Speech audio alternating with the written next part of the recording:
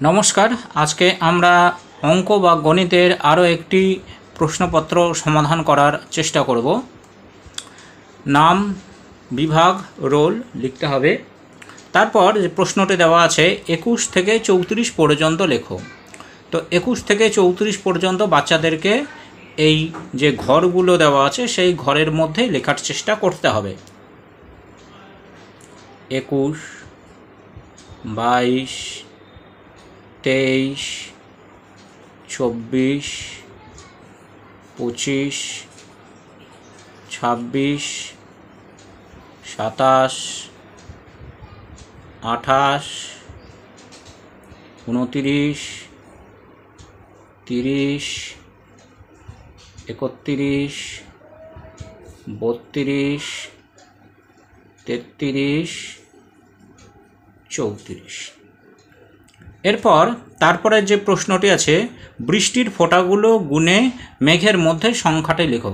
এখানে কিছু মেঘের ছবি দেওয়া আছে আর তার নিচে বৃষ্টির ফোঁটার ছবি দেওয়া আছে।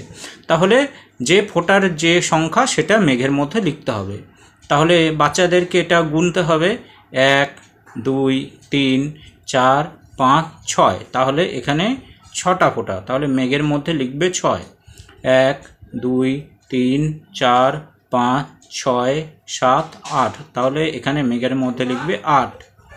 1, 2, 3, 4, 5, 6, 7।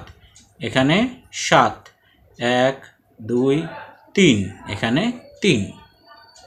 আচ্ছা, তারপরে আছে ছোট সংখ্যাটি পাশে লেখো। দুটো করে সংখ্যা দেওয়া আছে। তা যে দুটো সংখ্যা দেওয়া আছে তার মধ্যে একটি বড় একটি ছোট, যেটি ছোট হবে সেটি এই শূন্যস্থানে লিখতে হবে। তাহলে প্রথমে দেওয়া আছে 8 এবং 10। তাহলে ক্রমান্বয়ে প্রথমে আসে 8, তারপরে আসে 10। তা যেটা আগে আসে সেটা ছোট, যেটা পরে আসে সেটা বড়। তাহলে ছোট সংখ্যা 8। 14 এবং 16। 14 আগে আসে, 16 পরে আসে। তাহলে ছোট হচ্ছে 14। 12 এবং 6। 12 এবং 6 এই দুটি সংখ্যার মধ্যে ক্রমান্বয়ে আগে আসে 6, তারপরে আসে 12। তাহলে আগে 6 আসে, তাহলে 6 হচ্ছে ছোট। 9 এবং 13। 9 আগে আসে এবং 13 পরে আসে। তাহলে যেটা আগে আসে 9 সেটা আছে ছোট। এইবার এখানে বলা হয়েছে পাশে একটি চিত্র দেওয়া হয়েছে, একটি ছবি দেওয়া হয়েছে, বাড়ি, গাছ, মাছ। তো সংখ্যাগুলি গুনে পাশে লেখো ও দাগ দাও। তো গাছের ছবি আছে, বাড়ির ছবি আছে আর মাছের ছবি আছে। এই ছবিতে তাহলে গাছ কটা আছে সেটা আমাকে লিখতে হবে। 1, 2, 3, 4। তাহলে এখানে 4টি গাছ আছে। তাহলে আমি লিখলাম 4 আর এখানে সংখ্যাটা লিখলাম। তারপর বাড়ি।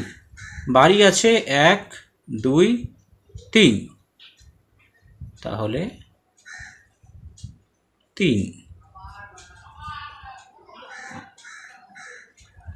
আর মাছ 1, 2, 3, 4, 5। তাহলে এখানে বানানে করে লিখলাম 5 আর তারপরে সংখ্যায় লিখে দিলাম 5। নমস্কার।